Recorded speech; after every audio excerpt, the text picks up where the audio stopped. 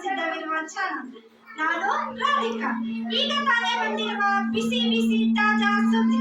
ನಮ್ಮ ಶಿಲ್ಪಕಲೆಯ ತವರೂರಾದ ಬಡವರ ಊಟಿ ಎನಿಸಿಕೊಂಡಿರುವ ನಮ್ಮ ಹಾಸನ ಜಿಲ್ಲೆಯಲ್ಲಿ ನಡೆದಂತ ಘಟನೆ. ಆ ಘಟನೆ ಏನೆಂದರೆ, ಹಾಸನದ ಕೇರ್ಪುರಂನಲ್ಲಿ ಇರುವ ನೆಹರು ಪಬ್ಲಿಕ್ ಶಾಲೆಯಲ್ಲಿ ಸೌಜನ್ಯ ಎಂಬ ಶಿಕ್ಷಕಿ ಹೋಮ್ವರ್ಕ್ ಮಾಡಿಲ್ಲ ಅನ್ನುವ ಕ್ಷುಲ್ಲಕ ಕಾರಣಕ್ಕೆ ಅರುಣ್ ಎಂಬ ವಿದ್ಯಾರ್ಥಿಗಳಿಗೆ ಮನಸ್ಸು ಇಚ್ಛೆ ಬೆತ್ತದಿಂದ ಹೊಡೆದಿದ್ದಾರೆ.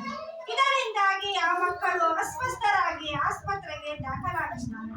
ಪೋಷಕರು ಸಹ ಈ ಘಟನೆಯಿಂದ ತುಂಬಾನೇ ಮನನೊಂದಿದ್ದಾರೆ. ಇಂತಹ ತಾಜಾ ಸುದ್ದಿಗಾಗಿ ನೋಡುತ್ತೀರಿ ನಮ್ಮ public news channel. Thank you. ಹೀಗೆ ಟಿವಿ ನ್ಯೂಸ್ ಚಾನಲ್ ಅವರು ಟಿಆರ್ಪಿಗೋಸ್ಕರ ನಡೆದೇ ಇರುವ ವಿಷಯವನ್ನೆಲ್ಲ ಹೇಳುತ್ತಾರೆ.